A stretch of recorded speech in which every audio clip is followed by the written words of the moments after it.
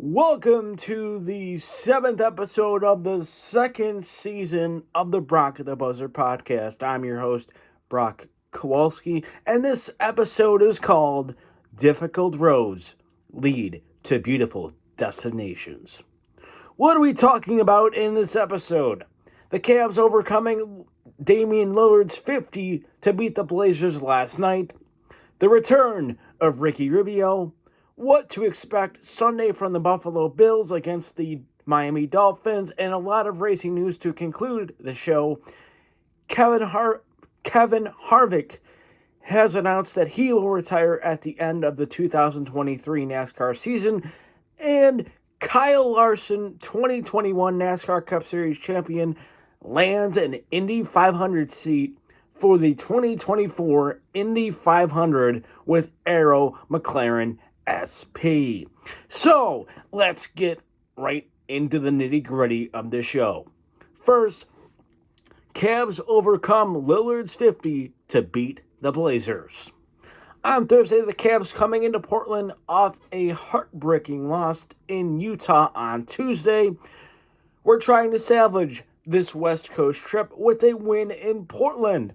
And they did just that despite, as I said, Damian Lillard having 50 points, coming back from 13 down to beat the Blazers 119 to 113. For the victorious Cleveland Cavaliers, their stats looked like this. Donovan Mitchell had 26 points and 5 assists. Jared Allen had 24 points and 13 rebounds. Darius Garland had a double-double as well. He had 20 points and 10 assists. Evan Mobley, who had a stellar defensive fourth quarter as well, he had 17 points and 8 rebounds.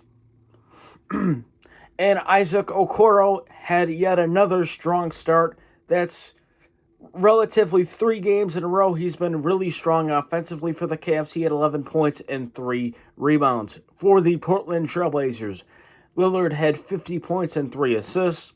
Jeremy Grant had 22 points and 2 blocks.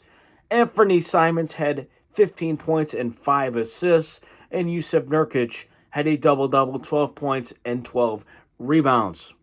Their next game is tomorrow night in Minnesota to conclude this grueling 5-game Western swing for the Cavs.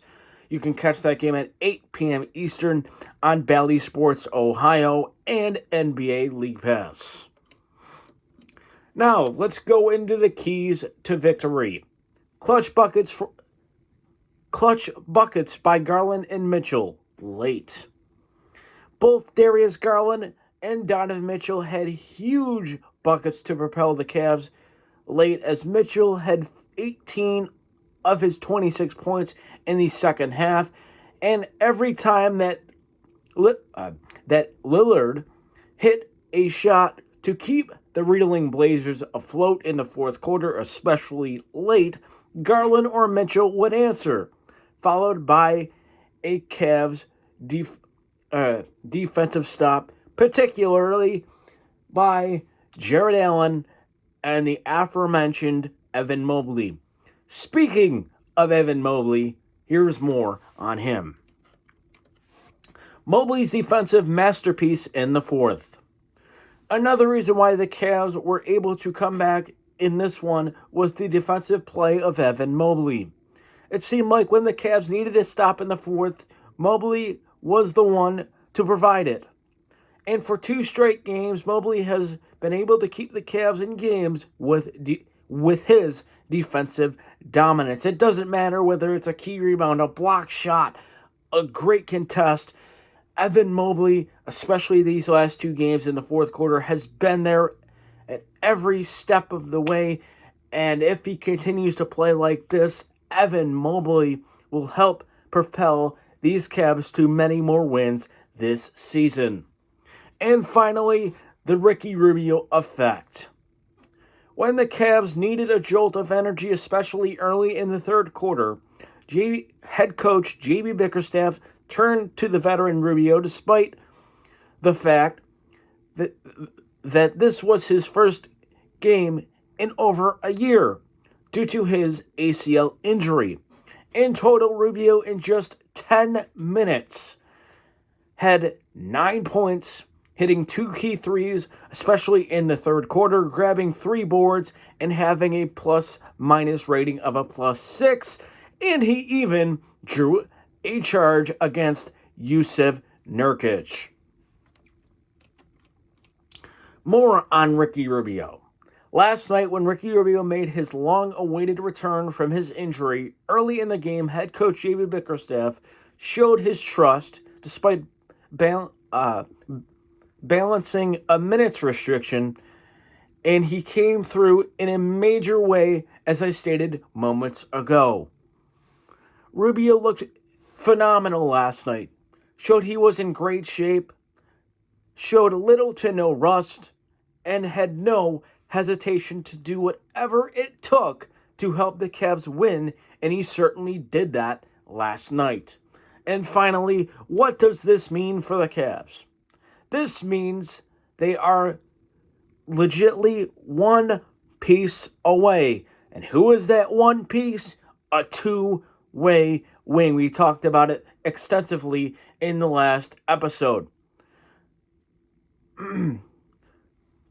But more on this episode. Let me read that last sentence again. This means that they are legitimately one piece away, a two-way wing, once again, that we discussed extensively in the last episode, from being a true threat in the Eastern Conference.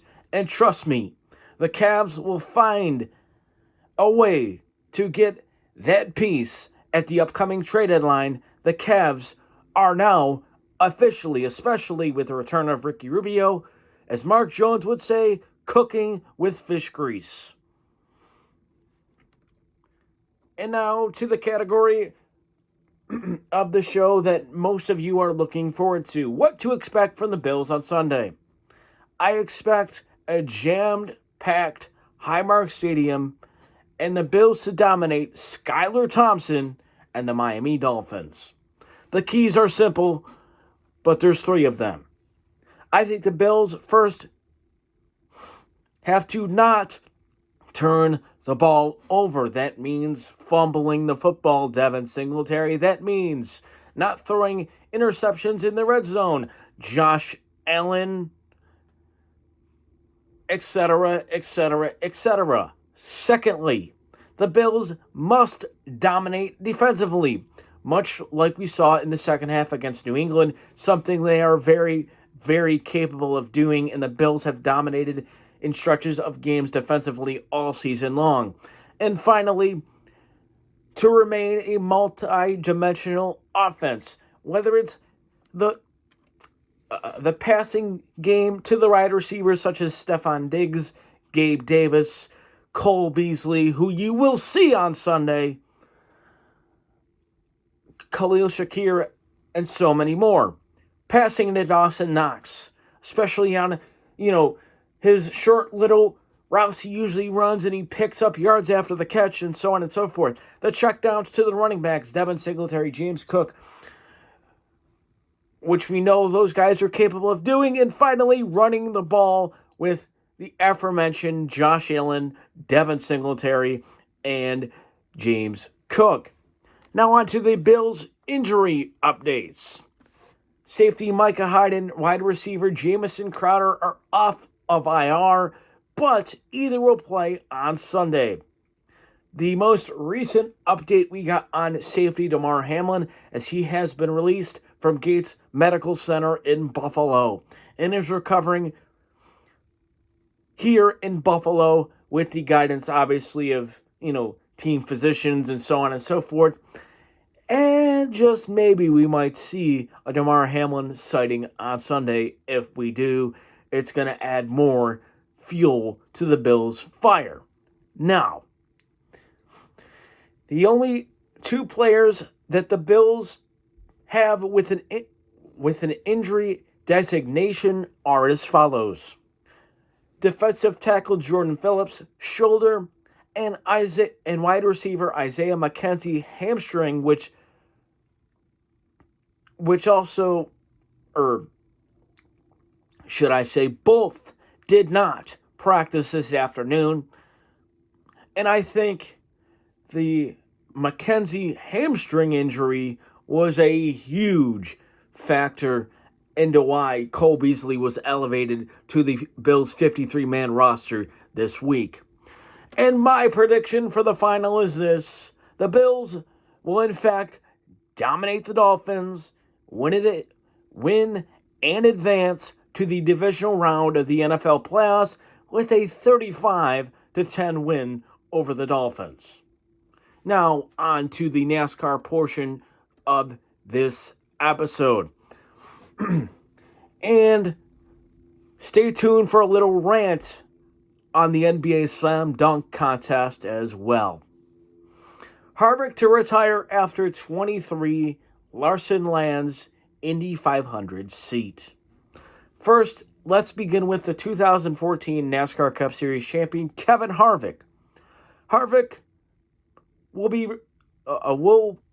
retire at the end of the 2023 NASCAR season. Harvick will be remembered as one of the best Cup Series drivers of the modern era.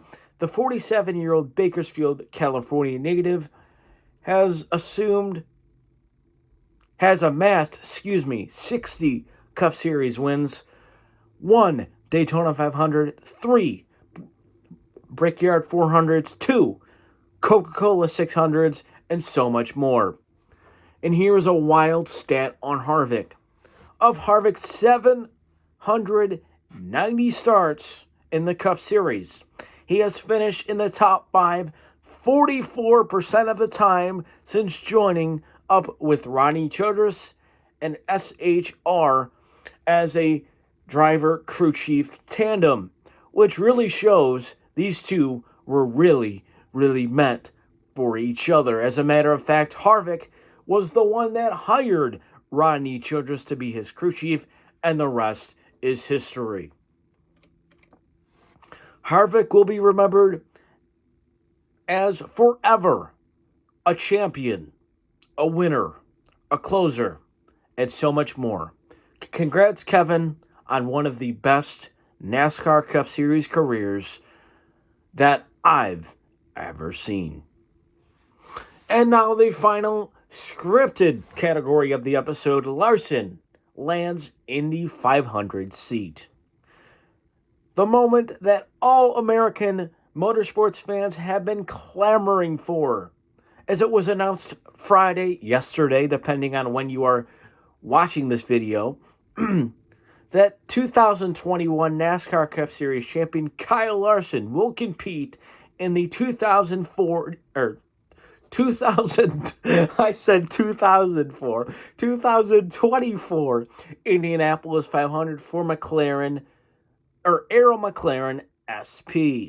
The details: this will be a, quote, partnership between Hendrick Motorsports and McLaren.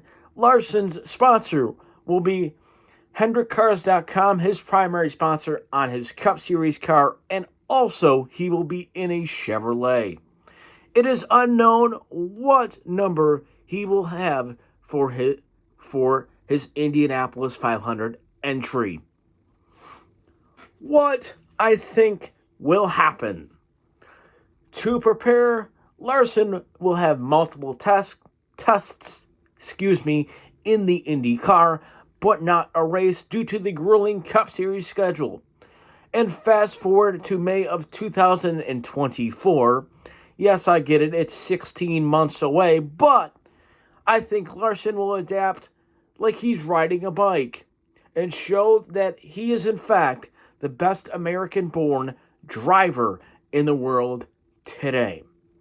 And to conclude this episode, I've got a little rant teed up here on the NBA Slam Dunk Contest. Okay, over the last couple of years, the NBA Slam Dunk Contest has been one word, and that word is pathetic. And this year it looks to be no different. What really set me over the edge was not Houston Rockets athletic freak KJ Martin getting an invite from the NBA. If you haven't seen him dunk before, He's one of the best in-game dunkers in the league, right behind Ja Morant.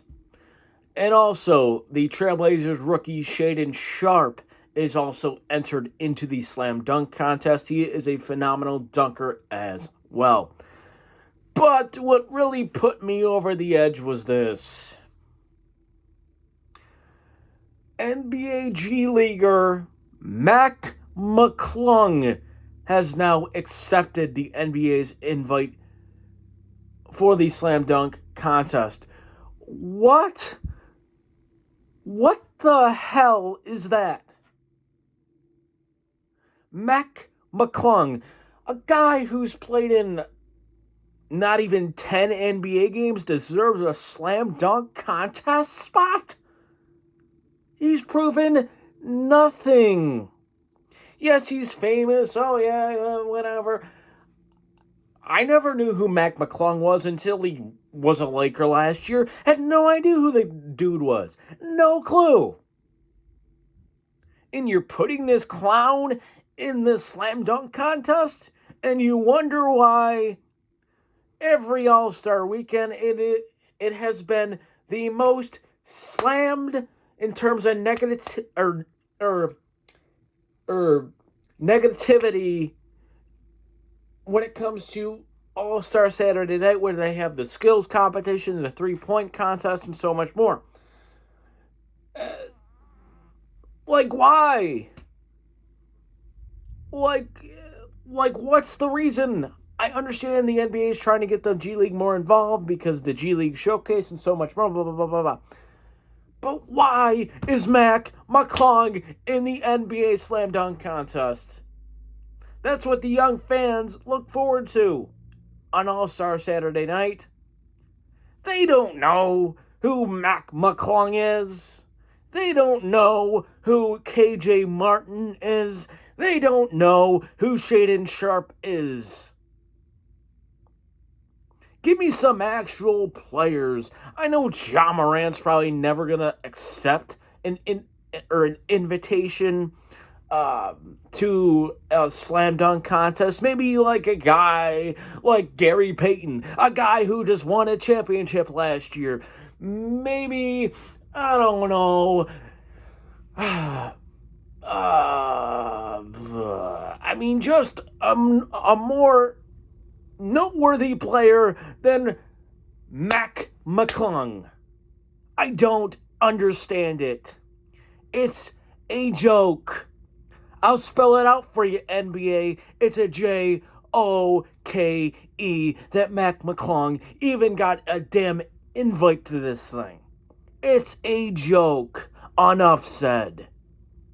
And that will be the end, on a somber note, to this great episode of the Brock at the Buzzer podcast. Please like the video, share the video, and subscribe. And I'll see you all very soon.